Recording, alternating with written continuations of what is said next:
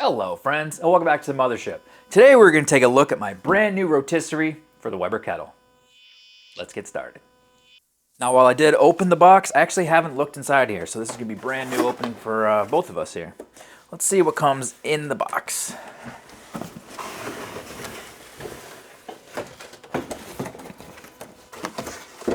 That's it. So obviously we have the ring that raises the height of your lid, which allows you to put the rotisserie in there. And I'm guessing in this box we have the rotisserie itself.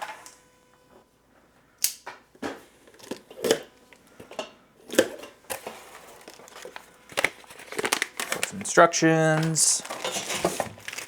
These are the forks that go on the sides of your meat that attach to your rotisserie. The motor itself.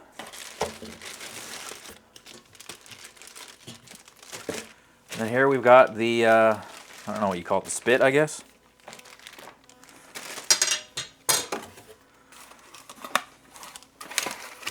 It's a little bracket in there.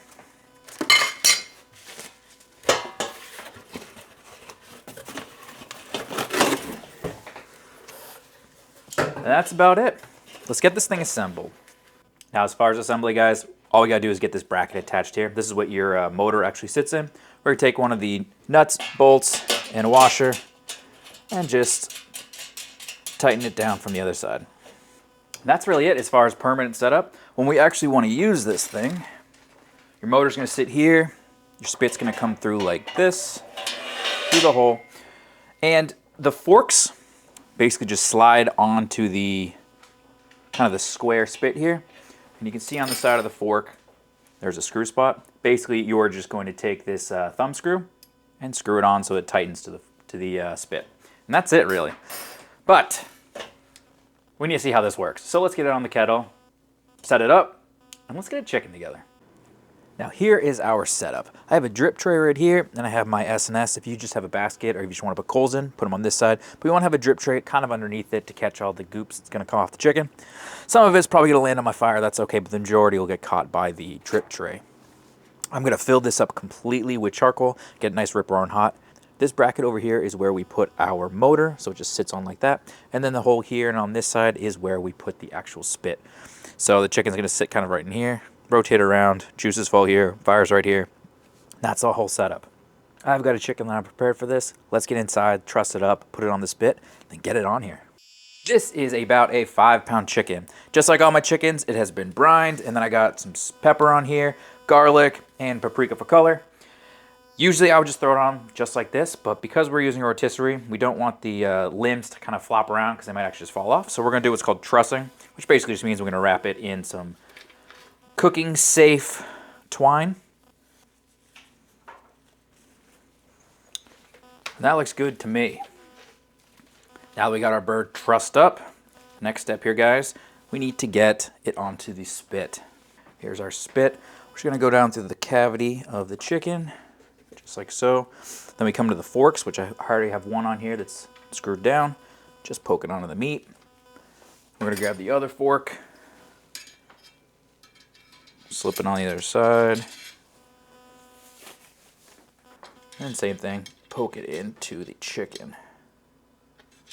And tighten it down. And that bird is ready to go. Now, time to get a fire going, and it's gonna go onto the grill. Grill is nice and hot. Very simply, guys. This just goes in here, into the side, just like so. On the side, there's a little button. There we go. And we are rotisserie. All right, so I just pulled this off of the grill. Honestly, I might have run a little bit too much charcoal because it's definitely got a little char, but temperatures look good. I wanted to get it off real quick. I was gonna film me pulling it off, but honestly, like you can see, it got a little char, so I wanted to just get it off there before I actually start to overcook the insides. But this is done, and I'm gonna let it rest. Honestly, all big pieces of meat, let it rest. This looks great to me. Let's let it rest. Then we'll cut it open, see how we did, and then close out this video with what I think of this new rotisserie. All right, we are fully rested at this point. This chicken is good to eat.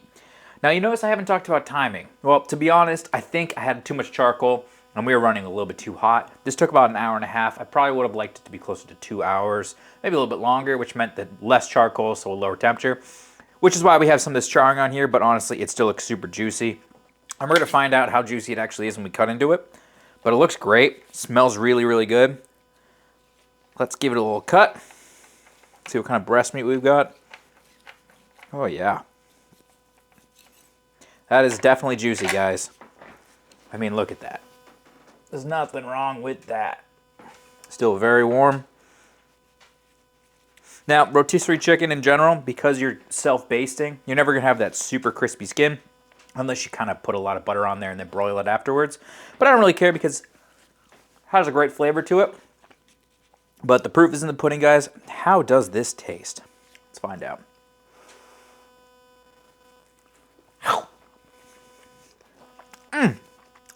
You can't beat that. Honestly, juicy, delicious chicken. It is exactly what I want it to be. This is my first attempt, as you can tell, with this rotisserie. I'm going to refine things in the future. But for a first attempt, I'm not mad here. This is really, really good. If you guys have a Weber kettle and you're interested in getting a rotisserie, you can't beat the Weber one. I know there are some third-party ones you can get on Amazon, but I like this one a lot. I'm really glad that I got it. If you guys are interested, I'll have a link down below. Check it out. But most importantly, cook something fantastic, guys, whether it's rotisserie or not. And as always, I'll catch you on the next UFO barbecue. Bye-bye.